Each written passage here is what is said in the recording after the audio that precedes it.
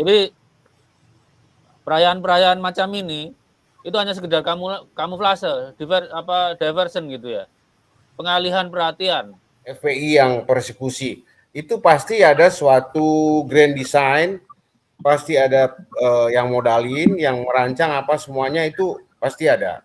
Dikatakan belum membahayakan gimana? Sudah sangat membahayakan, Mas. Rizik Syihab itu kalau nggak ada status cucu Nabi nggak laku, Mas. Bahar Smith yang rambut pirang yang berwajah Eropa itu kalau nggak atas nama cucu Nabi itu nggak laku, Mas. Hanif Alatas itu kalau nggak atas nama cucu Nabi nggak laku itu, Mas. Nah, kalau sama-sama pidato seperti itu kan banyak yang bisa itu. Assalamualaikum warahmatullahi wabarakatuh. Saudara sekalian dimanapun Anda berada, pada kesempatan kali ini kita akan sama-sama menyaksikan tanggapan dari Dr. Sugeng K. Jubaidillah dan Profesor Antimun Ilyas ya, terkait dengan fenomena yang sangat luar biasa sekali pertama kali dilakukan oleh Habib Ba'alawi, yaitu apel untuk merayakan kemerdekaan Republik Indonesia pertama kali disiarkan di media sosial masing-masing ya. Oke, bagaimana tanggapannya? Apakah ini sebagai nasionalisme atau merupakan sebuah kamuflase atau pengiklanan saja? Oke, bagaimana tanggapannya? Mari kita sama-sama simak video berikut. Monggo Pak Sugeng, presentasinya dan tanggapannya kalau ada terkait dengan tema kita malam ini. Monggo. Terima kasih teman-teman ya. Begini, saya memandang Ba'alawi ini punya masalah integrasi dengan yang non Ba'alawi. Artinya mereka merasa kelasnya lebih tinggi, kemudian dalam hubungan pernikahan juga ada semacam segregasi. Kemudian sejak timbulnya FPI mereka terjun ke politik.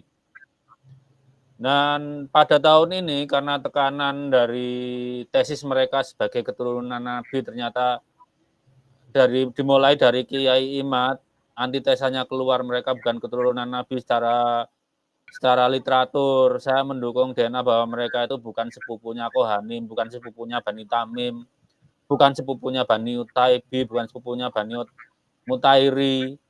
Itu menunjukkan mereka bukan keturunan Nabi Ibrahim gitu ya. Tapi alih-alih membantah dengan cara yang ilmiah, mereka sibuk merebut hati masyarakat dengan mungkin ini untuk pertama kalinya mereka merayakan 17-an dengan dikampanyekan, dipropagandakan gitu. Tapi jejak digital tuh nggak hilang, bahwa misalnya Rizik Syihab itu dalam ADART FPI itu mendukung khilafah. Artinya niatnya untuk memberontak itu tidak dicabut sampai hari ini gitu kan. Dan di lapangan cabang-cabang FPI masih ada seperti yang kemarin melakukan persekusi gitu. Ya cuma ganti nama lah, dulu Front Pembela Islam sekarang apa lagi gitu. Nah itu jadi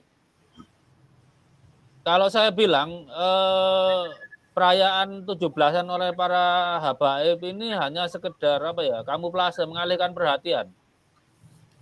Tanggung jawab ilmiahnya dan tanggung jawab kebangsaannya belum diselesaikan. Mereka show off seakan-akan mereka nasionalis. Mereka tidak mencabut pengakuannya sebagai durian Nabi yang posisinya dianggap lebih tinggi daripada yang lain.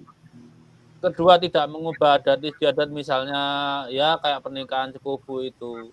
Kemudian juga tidak memperkenalkan critical thinking di lembaga-lembaga pendidikan yang mereka kuasai gitu. Jadi perayaan-perayaan macam ini itu hanya sekedar kamuflase, diversion gitu ya. Pengalihan perhatian.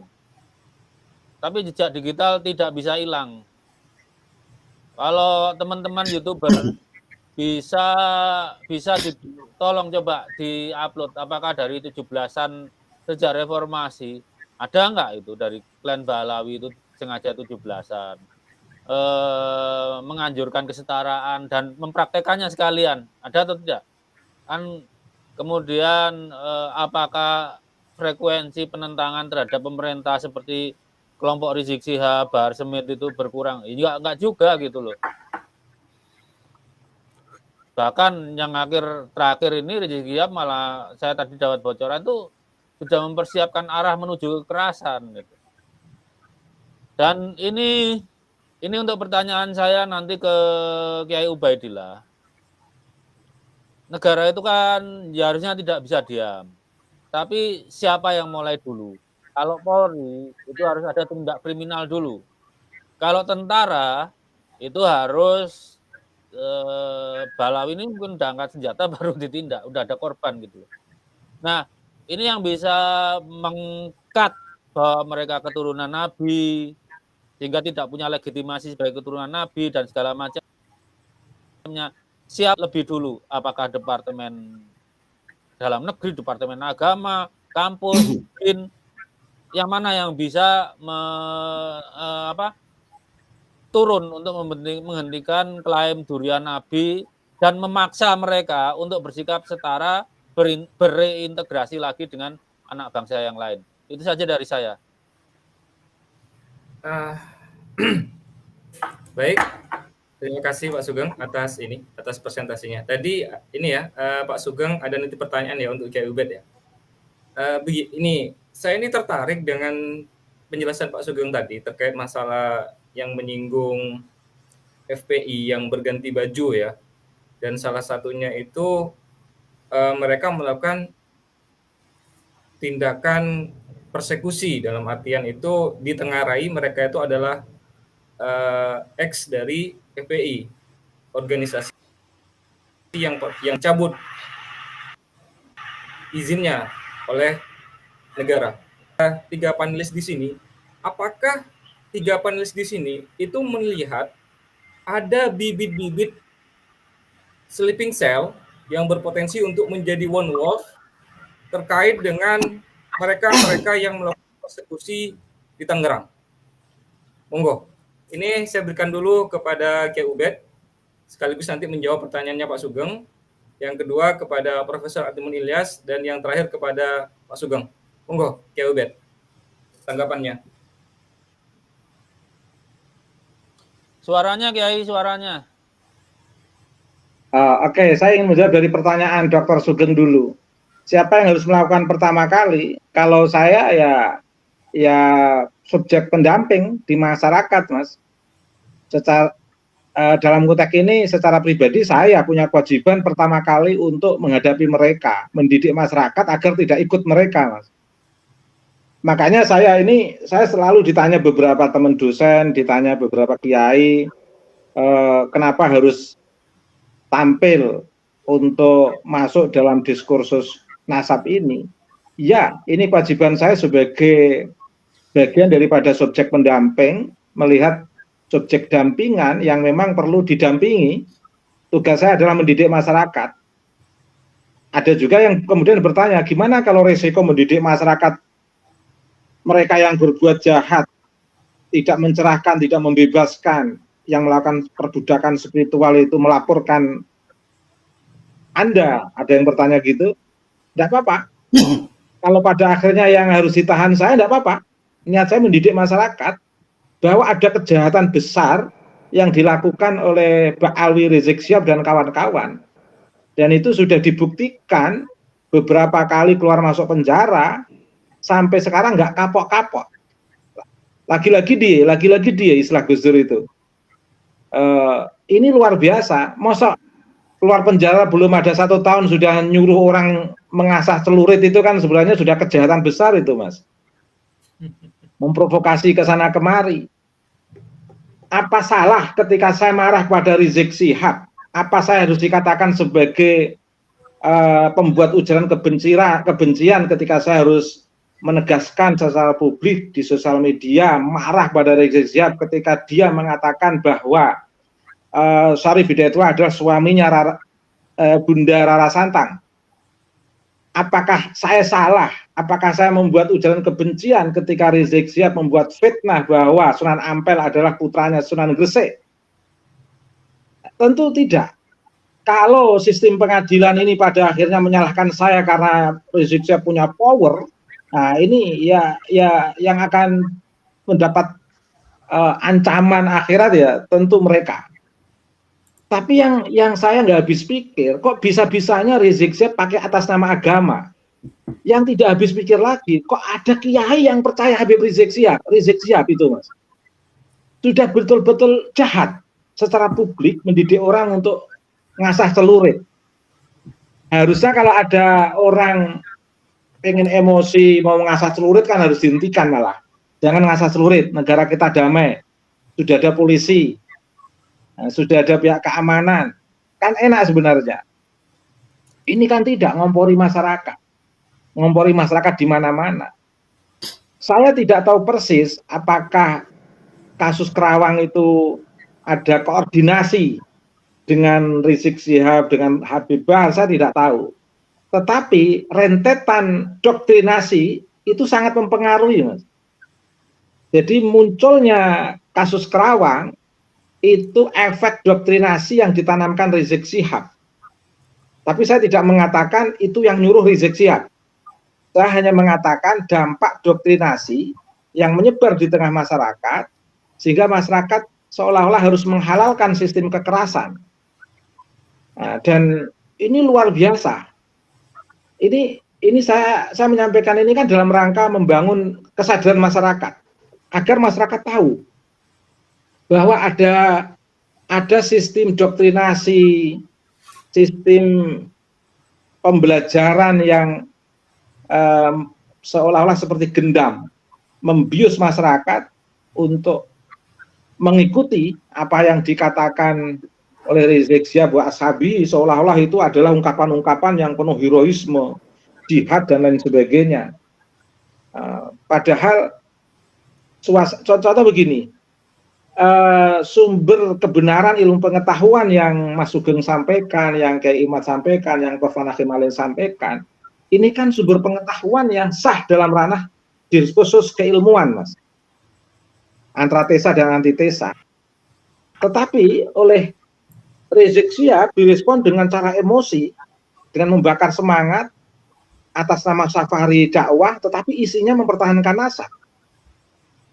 Memang betul-betul nggak punya malu, Pak Alwi Rizik Syihab ini. Sudah tahu dari beberapa aspek keilmuan, nasabnya itu betul-betul dapat catatan tajam, tidak terkonfirmasi, masih keluar atas nama safari dakwah. Makanya akan menjadi ironis ketika orang yang menemukan ilmu pengetahuan dan mempublikasi kepada masyarakat, mencerdaskan masyarakat, kemudian malah tertimpa hukum. Misalnya seperti kayak Imad, misalnya kalau tertimpa hukum karena temuannya, itu kan ironi lagi nanti. Dr. Sugeng misalnya ketika menemukan temuan ilmiahnya nanti tertimpa hukum yang menjerat kasus, menjadi jeratan kasus Dr. Sugeng atau Prof. Nahim Alin, itu kan ironi. Harusnya temuan-temuan ilmu pengetahuan ini kan harus dilindungi oleh undang-undang. Mengapa? Karena ini membebaskan dan mencerahkan, membongkar kedustaan. Membongkar kedustaan. Lah, kalaupun nanti pada akhirnya pihak Pak Alwi menemukan sebuah temuan ilmiah yang bisa didialogkan, dan pada akhirnya yang lemah adalah datanya Kiai Imad, datanya Dr. Sugeng, datanya Prof. Nahim Alin, kan bisa membuat siaran pers.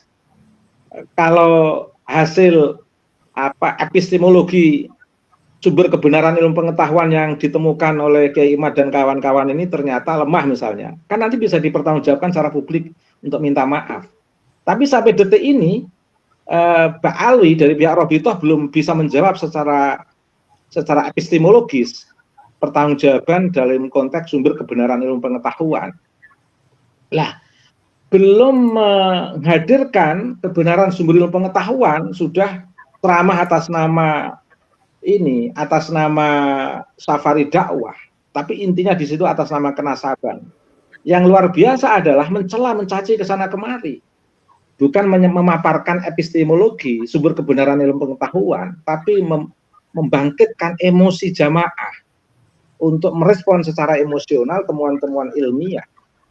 Masyarakat yang awam saja pada mendukung Dr. Sugeng, Kiai Imad, dan Prof. Nahim Alin. Masa orang yang dikenal berpengetahuan harus mendukung Pak Ali Habaib dalam mempertahankan nasab yang belum bisa dipertanggungjawabkan dalam konteks sumber kebenaran ilmu pengetahuan atau epistemologi misalnya. Nah, ini kan mengkooptasi kemerdekaan. Hakikat kemerdekaan itu kan bebas merefleksikan pengetahuan, bebas merefleksikan pemikiran, bebas menunjukkan identitas sebagai warga negara yang turut ingin membangun peradaban dengan kemajuan ilmu pengetahuan. Nah, sementara Rizik Syihab dan kawan-kawan ini mengadakan upacara 17 Agustusan, tetapi mematikan peradaban ilmu pengetahuan. Ini kan ironi sekali. Justru ingin mematikan ilmu pengetahuan, menghentikan diskursus kenasaban yang dikuatkan dengan sistem ilmu pengetahuan kayak Imad, Dr. Sugeng dan Prof. Manahim Ali dengan emosi, itu kan melawan ilmu pengetahuan dengan doktrinasi yang di situ tentu merupakan bentuk daripada pembodohan, dan itu bukan kemerdekaan karena orang disuruh ikut dengan kebodohannya, dengan dasar doktrinasi yang tanpa dasar ilmu pengetahuan dan nilai-nilai peradaban, sementara untuk melawan perkembangan ilmu pengetahuan yang dihadirkan oleh Dr. Sugeng, Kiai Imad dan Prof. Manahim Ali misalnya. Makanya saya jadi ironi loh, ini ikut upacara bagus lah, tapi alangkah lebih bagusnya kalau didukung dengan penghargaan Ba'alwi terhadap ilmu pengetahuan. Nah, selama ini kan dengan diskursus nasab ini kan nampak Ba'alwi tidak mendukung ilmu pengetahuan, bahkan memberikan ancaman dan lain sebagainya. Ini kan yang saya sebut dengan ironi kemerdekaan itu tadi, Mas. Baik, terima kasih, Mas. Baik, terima kasih kepada Kiai Ubed atas tanggapannya dan presentasinya. Sekarang kita menuju kepada Pak Prof. Antimon Ilyas. Bagaimana Prof tanggapannya terkait dengan pertanyaannya Pak Sugeng ataupun pertanyaan dari saya pribadi terkait dengan persekusi yang terjadi di Karawang oleh oknum yang ditengarai, ditengadam tanda kutip, itu adalah ex dari ormas yang pernah dibubarkan oleh pemerintah. Apakah Pak Prof melihat dari kejadian persekusi yang ada di Tangerang, mereka itu berpotensi untuk menjadi sleeping cell atau sel tidur yang berpotensi untuk menjadi lonely wolf ya, kalau istilahnya itu dalam terorisme.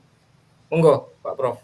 Oh ya, sekarang gini, saya juga terkait dengan doktrin itu ya. Gimana Prof untuk menghilangkan doktrin yang udah mengakar kuat itu kalau ditinjau dari segi ilmu biologi mungkin? Monggo Pak Prof.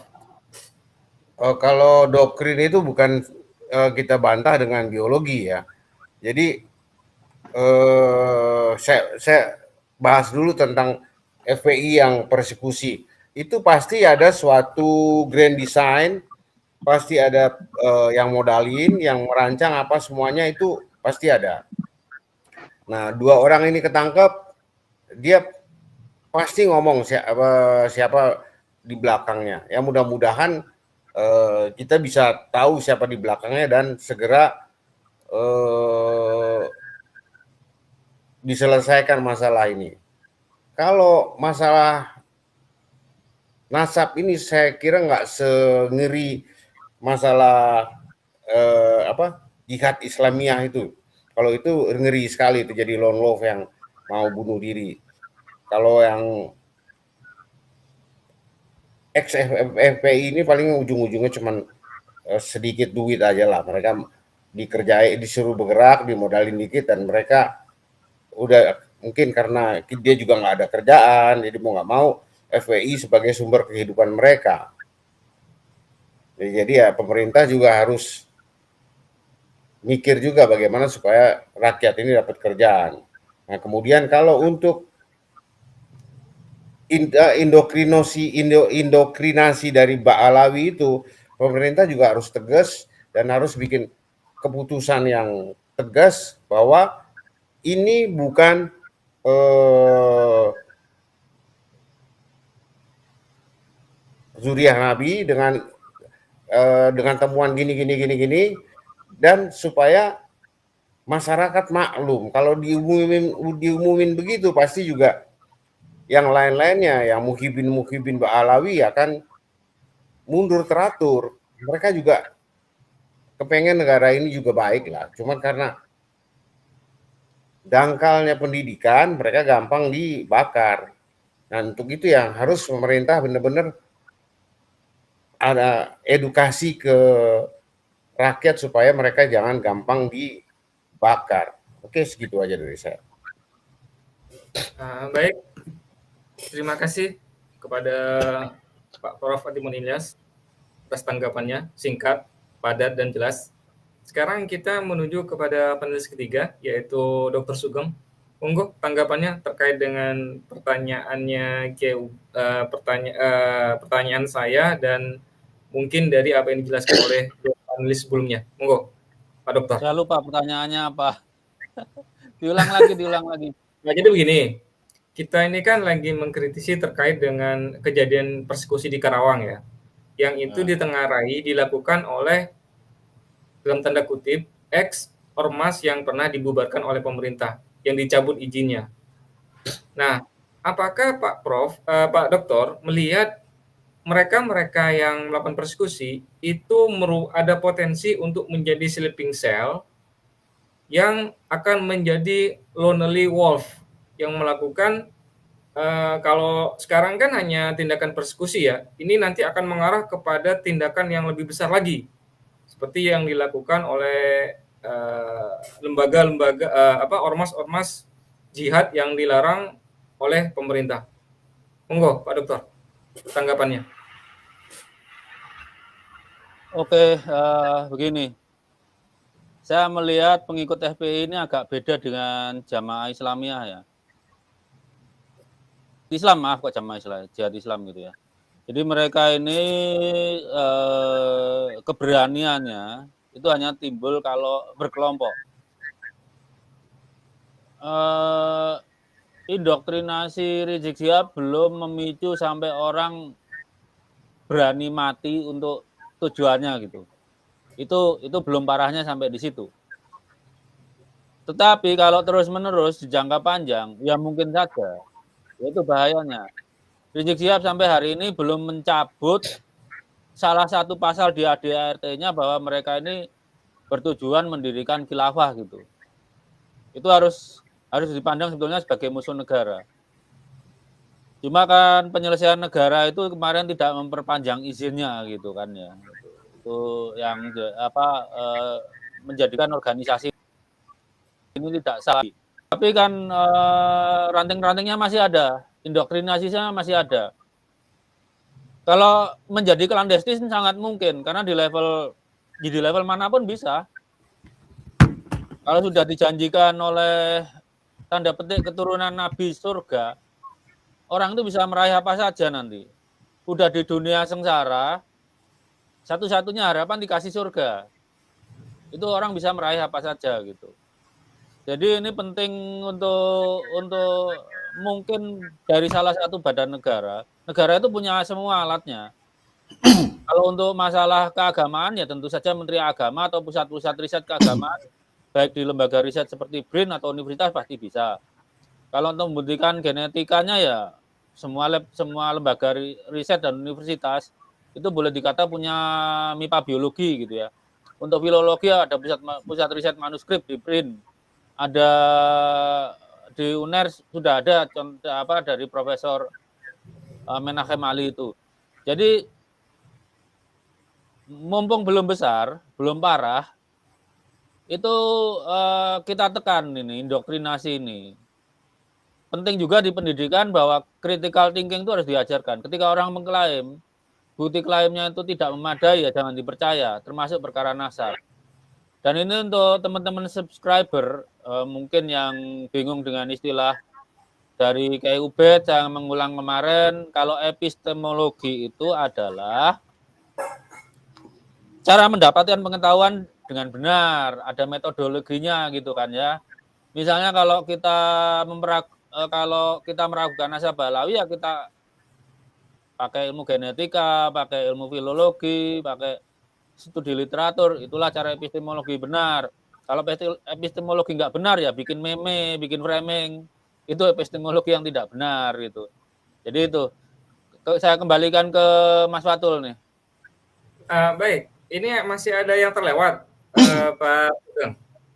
Terkait dengan ini, masalah kuatnya indoktrinasi ini, kalau Pak Sugeng melihatnya itu bagaimana caranya kira-kira untuk melunturkan atau melemahkan indoktrinasi yang ditanamkan oleh para Habib-Habib kepada muhibbinnya ini, sehingga mereka itu rela melakukan apa saja gitu, dengan iming-iming membela cucu Nabi atau masuk surga gitu. Monggo.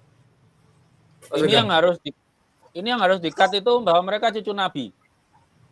Ini penting lembaga yang punya otoritas. Makanya saya menantang Rizik Syihab dan Robito Alawiyah agar kita seminar di kampus atau Basul Masail di PBNU. Tetapi kalau negara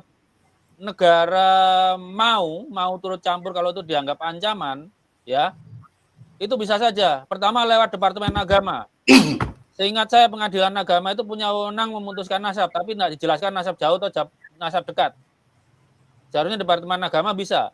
Departemen Agama tentu saja didukung lembaga riset untuk datanya. Keputusan Departemen Agama perlu mendapat dukungan data-data ilmiah dari lembaga riset yang bisa menyajikan temuan yang bisa dipertanggungjawabkan secara ilmiah gitu. Jadi daripada negara repot terus itu, ya dikata aja mereka bukan cucu Nabi, buktinya ini gitu. Kalau dari Robito Alawiyah protes, mereka kan punya hak membela diri. Mereka buat ini udah antitesa dari Kiai Imad dan teman-teman, ya keluarkan counter antitesa. Epistemologinya bagaimana? Yang literatur juga dilawan literatur bahwa kontinu penyataannya sejak zaman Ahmad bin Isa sampai sekarang. Secara genetika juga mereka harus membuktikan bahwa mereka itu bersepupu dengan Kohanim, bersepupu dengan Bani Sa'ud, bersepupu dengan Bani Hashim, bersepupu dengan Bani Mutairi, dan Bani Ismail lainnya gitu ya. Bersepupu juga dengan Baswedan yang Al-Khahtani itu.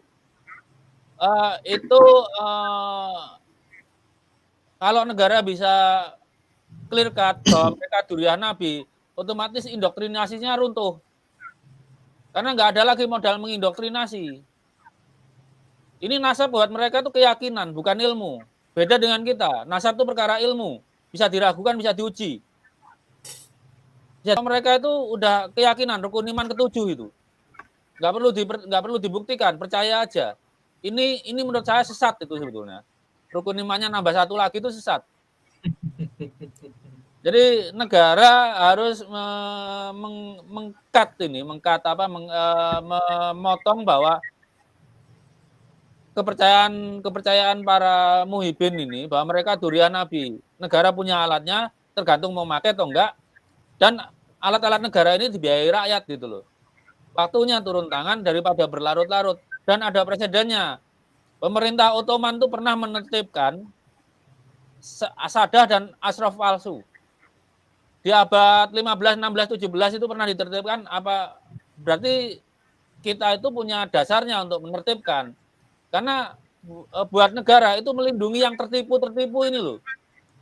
Banyak yang dikawin jadi istri kedua, ketiga, keempat dengan alasan melestarikan keturunan Nabi. Atau para suami yang motong gajinya untuk disetor ke Habib dulu, baru sisanya ke istrinya. Itu kan nggak benar. Atau makam-makam yang diubah itu mengganggu sejarah kita. Seperti yang dikatakan Dr. Ubaidillah tadi, itu merusak ingatan kita bahwa Sunan Ampel itu kok bisa-bisanya jadi keturunan Sunan Gresik gitu. Itu ngaco itu. Buat yang muhibin yang langsung percaya nggak kritis, wah itu bahaya. Kakek-kakek kita itu silsilahnya dikacau. Wali Songo ini bagaimanapun juga kakeknya orang Indonesia. Jumlahnya banyak, tidak mengenal perkawinan sekufu. Contoh aja nenek saya itu, ya saya nggak mau klaim, tapi setahu saya memang masih keturunan. Itu milihnya nikah dengan petani biasa. Lahirnya saya, coba nenek saya pilih-pilih, yang nggak lahir saya. Nah Wali Songo seperti itu, keluarga Wali Songo. jalur kekerabatannya itu parental. Yang penting dapat menantu orang baik, bertanggung jawab, sudah. Anaknya terjamin dinafkahi, ya selesai, udah gitu aja. Lihat kalau misalnya kalau kaulnya Mbah Sambu Lasem itu keturunannya yang laki perempuan datang semua mendoakan. Mau keturunan dari cucu laki-laki, cucu perempuan, itu tetap keturunan. Mereka bersepupu, setara. Tidak berarti keturunan paternalnya lebih tinggi dari parental atau yang maternal. Mereka setara, sama-sama cucunya Mbah Sambu gitu. Itu yang harus kita kita ingat bahwa bangsa Indonesia itu seperti itu. Dan adat istiadat Ba'alawi ini nggak seperti ini dengan modal nasab palsu ini. Cuma yang menyatakan nasab palsu siapa? Sebaiknya negara atau lembaga akademik. Lembaga akademik itu masih bisa dilawan, tapi kalau negara ya sudah, melawan tuh makar. Ya, melawannya kan cuma bisa lewat pengadilan. Kalau protes terhadap keputusan negara memutuskan, kalau nggak terima ya protesnya lewat lembaga peradilan gitu. Gitu aja. Wassalamualaikum. Baik, terima kasih kepada Pak Sugeng. Ini sebelum saya menuju kepada pertanyaan berikutnya, ini ada tanggapan enggak dari Kiai Ubed ini terkait dengan bagaimana mencabut indoktrinasi dengan iming-iming surga atau ingin membela cucu Nabi gitu. Ini kayaknya lebih cocok kalau Pak Kiai Ubed yang menjawab ini, karena kajiannya kajian agama gitu. Monggo Kiai Ubed. Ya, Pak ingin menguatkan yang disampaikan oleh Dr. Sugeng aja. Tadi beliau menyampaikan Habib itu nasab itu seperti agama, masuk keyakinan agama. Nah memang begitu, contohnya kan real, jadi tidak fitnah itu Dr. Sugeng itu. Contohnya kan real, Rizik Syihab kan mengadakan safari dakwah, temanya safari dakwah, isinya tentang nasab. Berarti kan nasab itu bagian daripada dakwah itu. Nah, itu contoh konkret. Jadi temanya safari dakwah, tapi intinya tema tentang nasab. Kalau Duriyah Wali Songo, Mas, orang-orang Jawa ceramah membahas nasabnya sendiri itu malu. Ya paling kalau membahas keturunan ya berdua secara intern antar keluarga. Tapi kalau publik begitu itu ya malu. Tapi memang Habaib Ba'alawi itu tidak malu ceramah tentang nasab, dan itu membahayakan. Itulah yang disebut dengan sistem rasialisme. Jadi orang mempertahankan ras itu wajar, tapi jangan jadi isme menjadi sebuah gerakan itu loh Mas. Tapi anehnya yang saya nggak habis pikir, Ba'alawi Habaib itu banyak tuduhan kepada kelompoknya Kiai Imad itu rasis. Ini kebalik, bolak-balik fakta. Jadi setiap orang terikat dengan ras, karena memang itu bagian daripada core value yang tidak bisa dilepaskan. Tapi kalau kemudian menjadi isme, sebuah gerakan, itu kan menjadi tidak baik. Dikatakan gerakan itu kan kalau ras menjadi digunakan untuk mendoktrin pihak lain, itu namanya gerakan, Mas. Seolah-olah orang lain harus mengakui rasnya, harus memuliakan rasnya, harus mengunggulkan rasnya, sehingga ras itu menjadi satu doktrin ajaran yang itulah yang dikatakan kemudian isme-isme baru dalam sebuah ras. Nah, jadi kalau Duriyah Wali Songo masyarakat Jawa itu tidak rasis, Mas. Masyarakat Nusantara itu tidak rasis, bahkan nyeritakan neneknya aja malu di depan publik. Apalagi untuk ceramah, apalagi untuk mendoktrinasi orang. Oh tidak, nah, itu kan hanya kita temukan di kalangan Habaib Ba'alawi yang dilakukan oleh arus besar Imam Rizik Syihab itu. Nah, itu yang disebut rasisme, yaitu Mas, sistem ras yang diajarkan kepada orang lain, yang orang lain dituntut untuk meyakini, untuk mengakui, karena di situ sebagai model, sebagai capital, sebagai sistem permodalan tersendiri, bahkan perbandingan modal finansial itu masih kalah dengan modal ras kenasaban yang mereka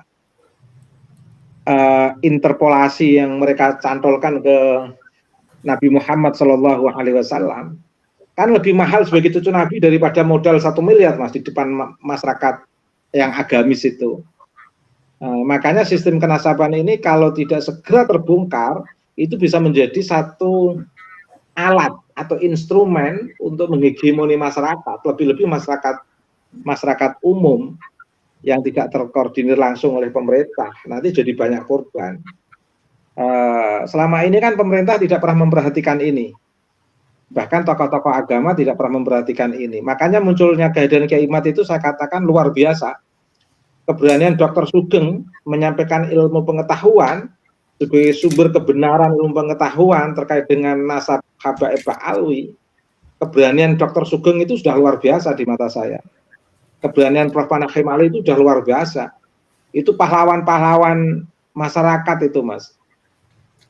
Berani memunculkan kebenaran secara publik yang menentang arus utama masyarakat agamis di Nusantara ini yang selama ini telah terkooptasi dengan status sebagai nabi.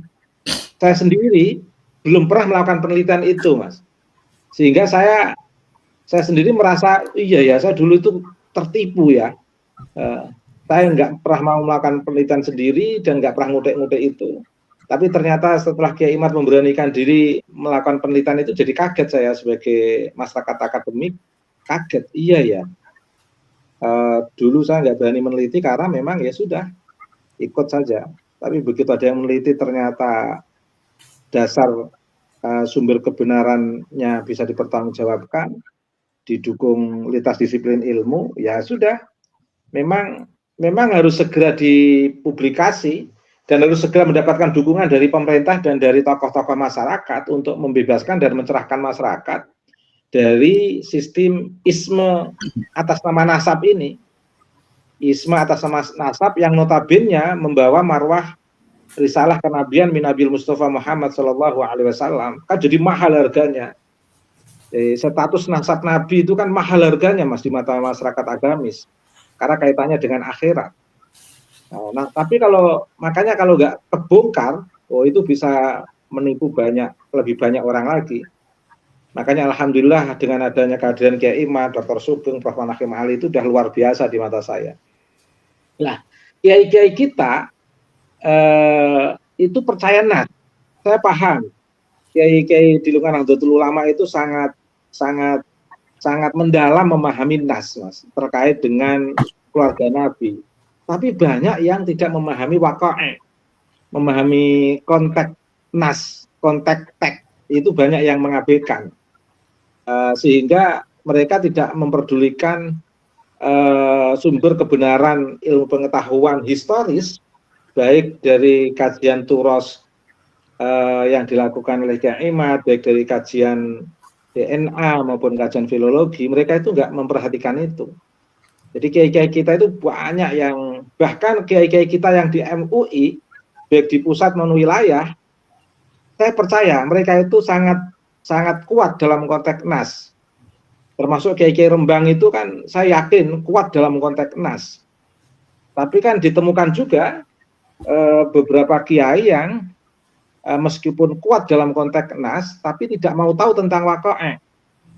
Lah, waqa'i' inilah sebuah realitas yang memang harus dilacak secara historis, dan mau tidak mau harus membuka diri dalam diskursus nasab ini sebagaimana kebenaran yang sudah ditemukan oleh Kiai Imad secara historis dari perspektif aturas, kebenaran yang ditemukan Dr. Sugeng secara historis dalam perspektif DNA, kebenaran yang ditemukan Prof. Panakhim Ali secara historis dalam perspektif filologi. Itu. Nah, ini kan luar biasa untuk menggempur isme baru. Karena namanya isme itu pasti tidak memerdekakan, Mas. Isme itu mengganggu kemerdekaan. Kecuali nasionalisme, itu beda lagi. Tapi kalau ada isme selain nasionalisme, ini akan ada dua matahari, dua ideologi yang berkembang di tanah air kita, nanti akan kacau. Saya hanya ingin ideologi di negeri kita ini hanya ada satu, yaitu nasionalisme kita, ideologi Pancasila. Jadi isme hanya ada nasionalisme kebangsaan, Mas, berbasis nation state.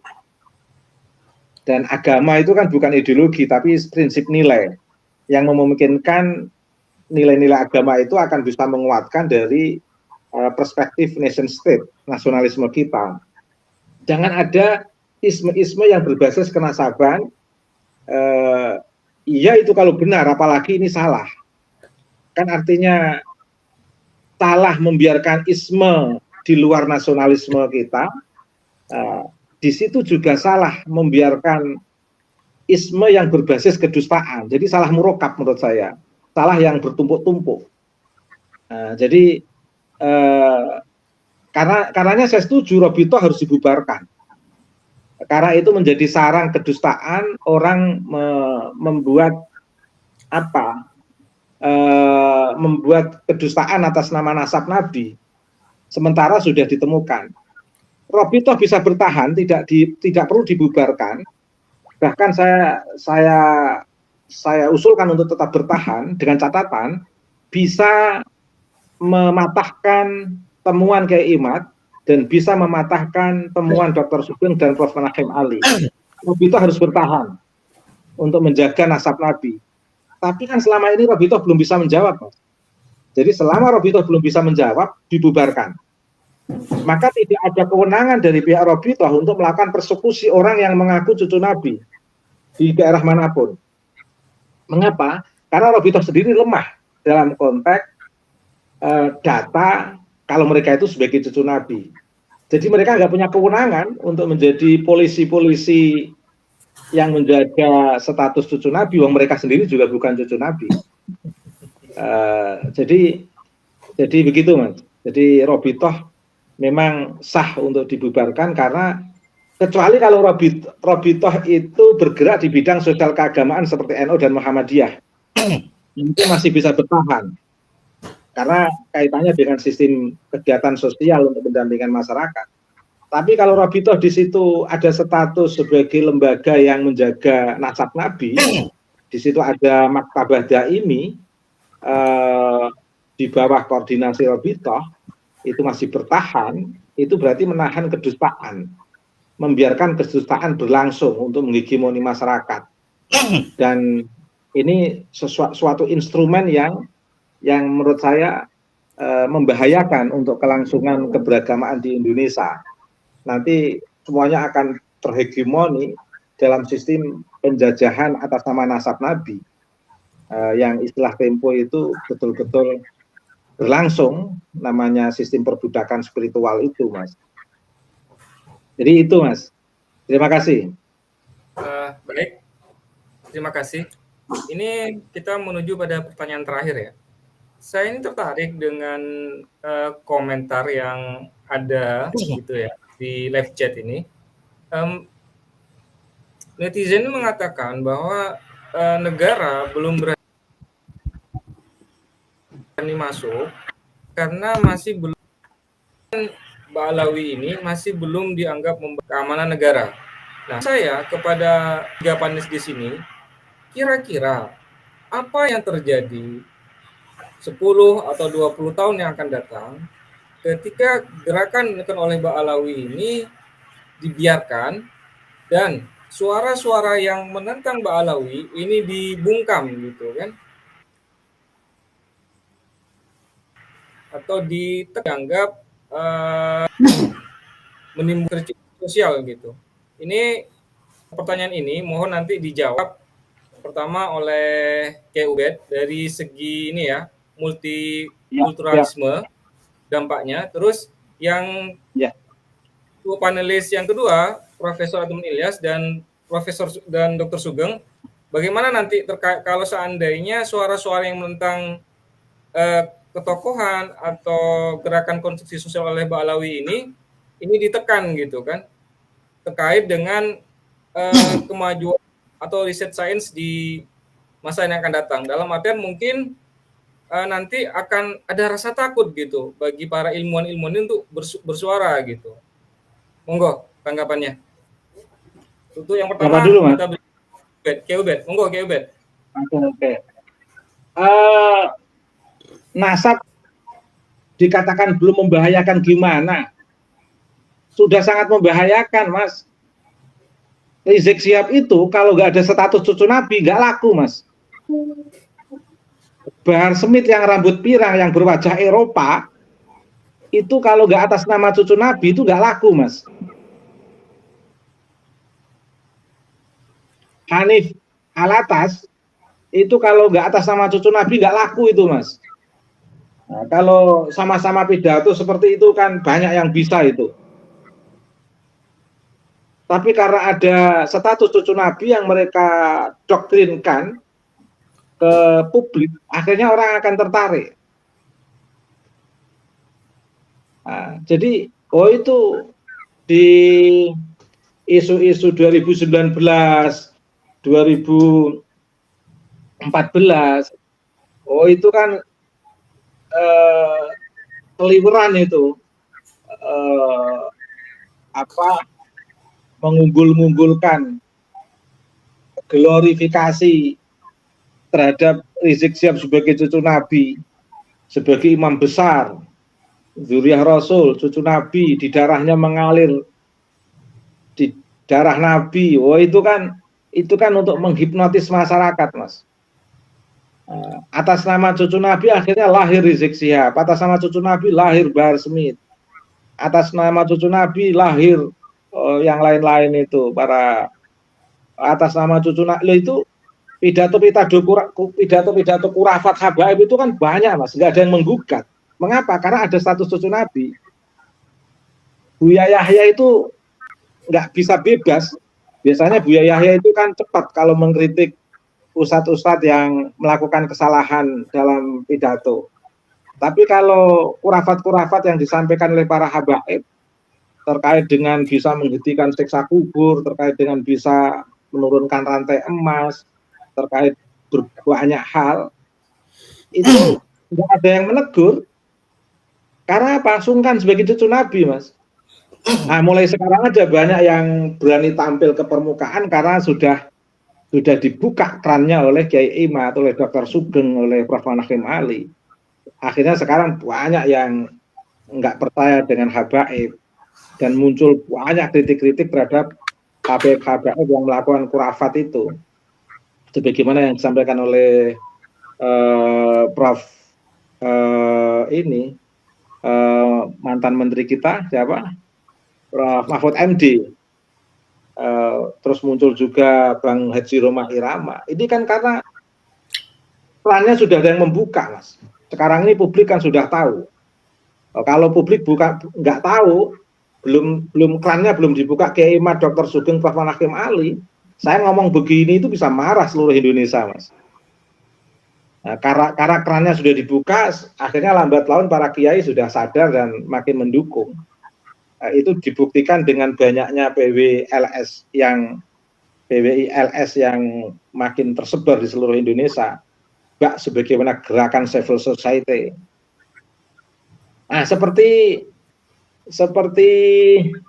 itu, Mas. Akhirnya sekarang ini lambat laun orang banyak yang sadar, kiai-kiai banyak yang sadar. Banyak kiai-kiai yang menelpon saya secara pribadi, tapi mereka nggak mau terus terang. Bahkan secara publik mereka itu membela Habib, padahal ketika ngomong sama saya, minta saya untuk diteruskan itu, dukung Kiai Imad, dukung Dr. Sugeng, Prof. Manakhim Ali. Itu manfaatnya luar biasa. Mereka minta saya untuk mendukung Kiai Imad, Dr. Sugeng, dan Prof. Manakhim Ali, tapi mereka nggak mau untuk tampil ke permukaan, karena mungkin nggak mau rame saja. Banyak teman-teman profesor, doktor di beberapa perguruan tinggi yang nelpon saya itu mengapresiasi gerakan Kiai Imad, Dr. Sugeng, Prof. Manakhim Ali. Karena itu dampaknya menjadi isme, sistem kenasapan itu menjadi isme yang mengoptasi wajah putra-putra negeri ini yang kurang leluasa membangun Indonesia dengan peradaban ilmu pengetahuan. Karena di situ ada sistem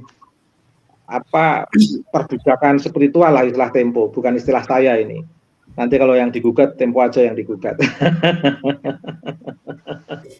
Jadi belum bahaya gimana, ini sudah bahaya. Sudah saatnya negara turun. Karena sudah membahayakan. Karena kalau sistem kenasaban ini nggak segera diterabut, akar kenasaban yang mereka dustakan, itu keluar masuknya penjara Rizik Syihab nanti akan mulai lagi. Akan keluar lagi sebagai cucu Nabi, penjara lagi, keluar lagi, safari dakwah sebagai cucu Nabi, penjara lagi, keluar lagi, safari dakwah sebagai cucu Nabi. Jadi tidak bahaya gimana, wong pelaku-pelakunya sudah berani terang-terangan terhadap pemerintah.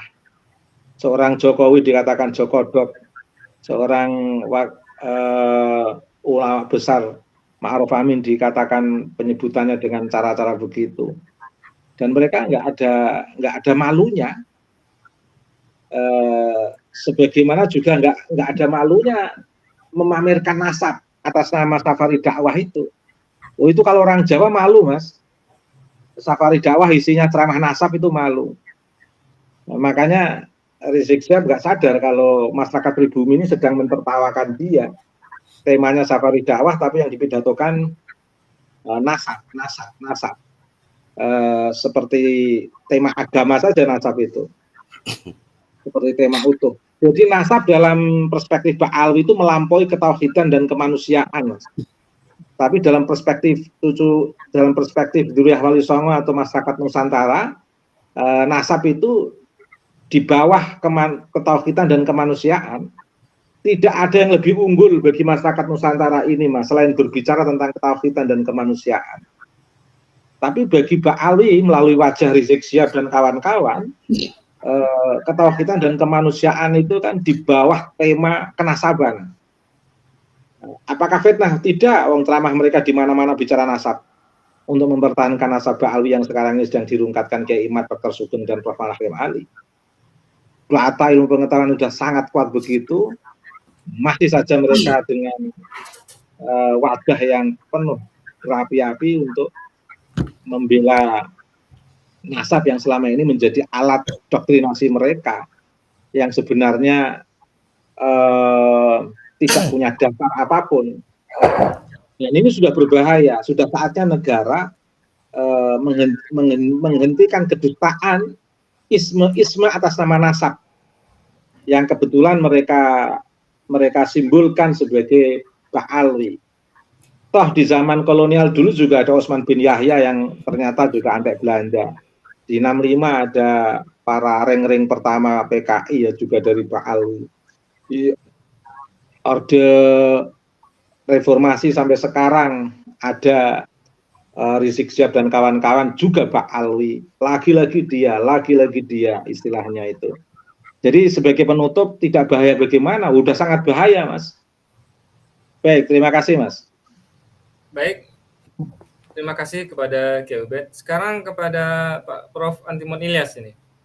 Sekalian langsung closing aja, karena waktunya juga mau menuju 1,5 jam. Monggo, Pak Prof. Oke, kalau saya lihat trennya yang kontra Ba'alawi sudah semakin banyak. Dulu orang-orang nggak berani komentar di tempat-tempatnya Zaini, di tempat-tempat orang yang pro Ba'alawi. Tapi sekarang udah banyak orang-orang yang sadar dan mereka mulai ngegas juga mengerujak yang pro Ba'alawi. Jadi sepertinya udah trennya udah yang sadar, yang ngerti bahwa Ba'alawi itu bukan cucu Nabi, udah trennya eksponensial. Jadi pangkat 2, bukan tren pertambahan atau perkalian, tapi udah pangkat. Jadi saya rasa nggak lama lagi juga akan selesai, tapi untuk menyelesaikan dengan tuntas, pemerintah harus turun tangan. Jadi supaya masyarakat kita yang gampang amok, itu kata orang Eropa, gampang ngamuk, orang Indonesia, itu benar-benar tercerahkan dan tidak bisa lagi dibakar oleh Ba'alawi CS. Itu sekian saja dari saya. Wassalamualaikum warahmatullahi wabarakatuh. Waalaikumsalam warahmatullahi wabarakatuh. Baik, terima kasih Pak Prof. Antimon Ilyas. Ini seperti biasa, jelas, padat, dan singkat gitu. Sekarang yang terakhir ya, kepada Pak Dr. Sugeng. Sekaligus langsung closing ya Pak ya. ini begini, kita harus berjuang tuh di banyak front. Karena tujuannya menyelamatkan Muhyiddin ini, biar agar kembali cerdas lah. Kalau ada satu kelompok masyarakat itu kecerdasaan di bawah yang lain, itu akan jadi beban gitu. Jadi yang punya otoritas untuk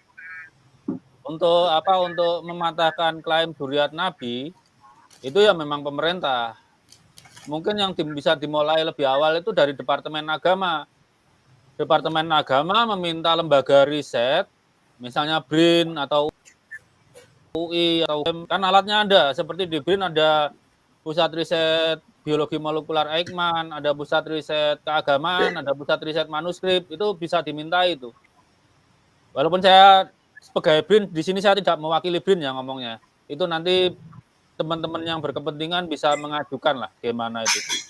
Tapi ya harus ada mulai. Jadi kalau tidak dipotong klaim dzurriyyat Nabi, itu akan tetap menjadi modal menyesatkan orang-orang yang terindoktrinasi ini gitu. Dari sisi pendidikan, ini mungkin titip pesan buat Kiai Ubed dan teman-teman yang guru, ajarkan critical thinking. Orang itu kalau punya klaim, dia wajib membuktikan klaimnya gitu.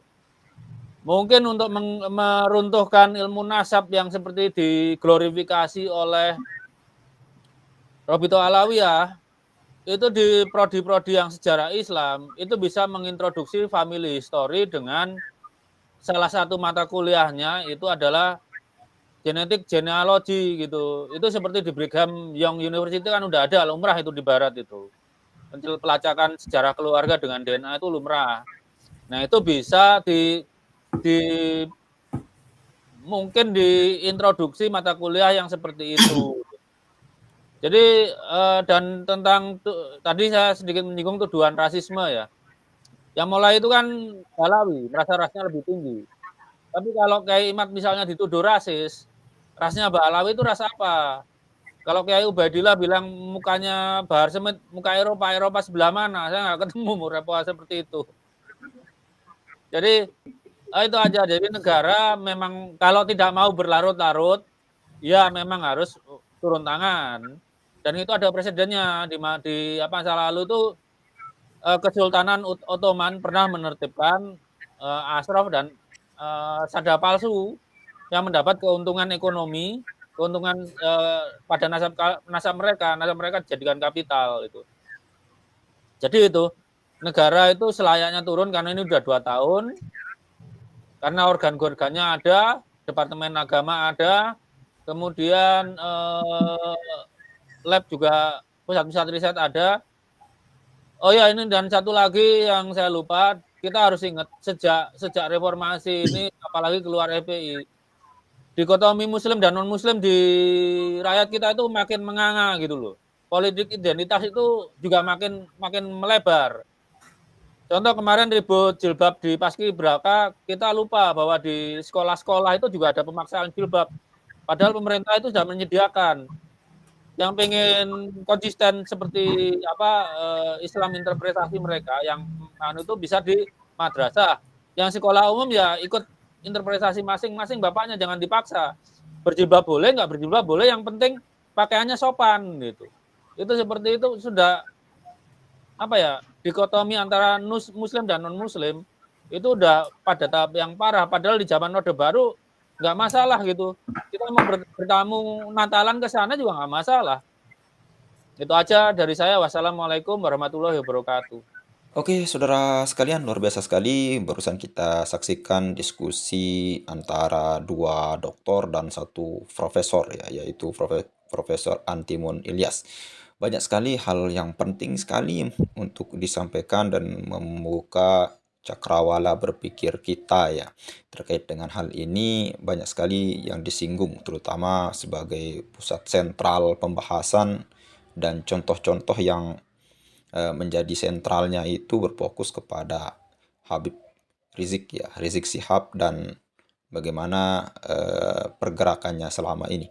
Oke, yang pertama yang Dr. Sugeng sampaikan yaitu perayaan 17-an oleh para habaib ini sebagai kamuflase saja. Namun dia belum mencabut bahwa dia itu sebagai keturunan Nabi Muhammad SAW. Dan kalau kita saksikan apa yang disampaikan oleh Dr. Sugeng itu terkait dengan bagaimana untuk menghilangkan daripada doktrinasi habaib ini. Sebenarnya hanya satu kata Dr. Sugeng, yaitu mencabut daripada mereka sebagai zuriat Nabi Muhammad SAW.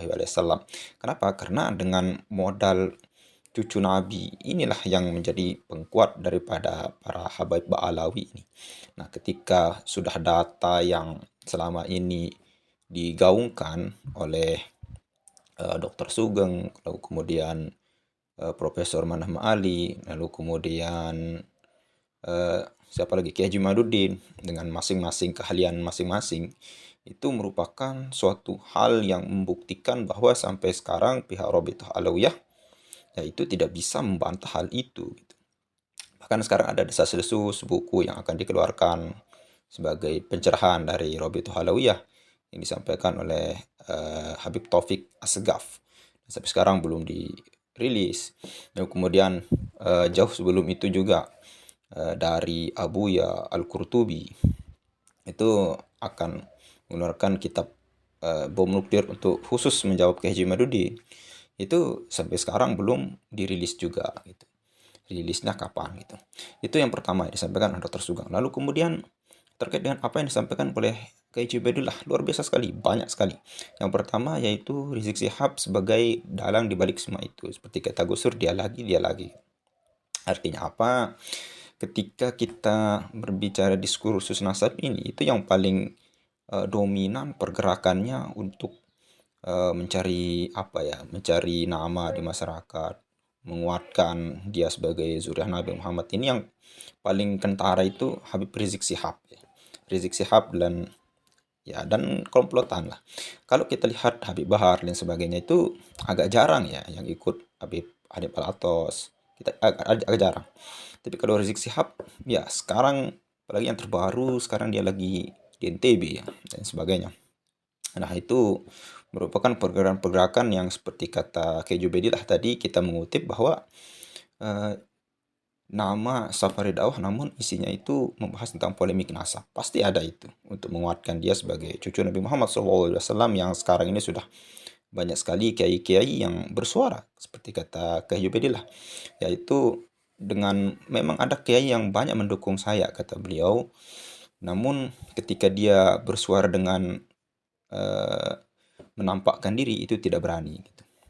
Mungkin sebagai menghilangkan mudaratnya itu ya mungkin takut dipersekusi, ya silahkan berbicara di balik layar saja ya, meskipun dengan berbicara secara zahir dia mendukung Habib, namun secara batinnya ya itu mendukung daripada tesis Kiai Haji Umaruddin dan kawan-kawan. Nah, lalu kemudian yang disampaikan oleh Profesor Antimun Ilyas sangat menarik sekali Bapak sekalian, yaitu dalam kasus Karawang itu pasti ada dalangnya kata beliau, dan ada motifnya. Motifnya apa? Apakah motif itu hanya butuh uang dibayar lalu kemudian melakukan propaganda dan sebagainya? Nah, ini merupakan hal yang sangat disayangkan ya. Kenapa? Karena banyak dari masyarakat kita yang mungkin ilmu pengetahuannya masih rendah, lalu kemudian banyak mudah didoktrinasi, lalu kemudian mungkin dikasih amplop, lalu kemudian ya seperti kata Profesor Antimun Ilyas ya, mungkin itu penyebabnya, mungkin ya, pasti ada dalang promotornya. Tidak mungkin itu pergerakan yang, apalagi ada seorang YouTuber yang membahas itu ya, yang itu ada salah satu majelis oknum Habib yang jelas-jelas tertulis.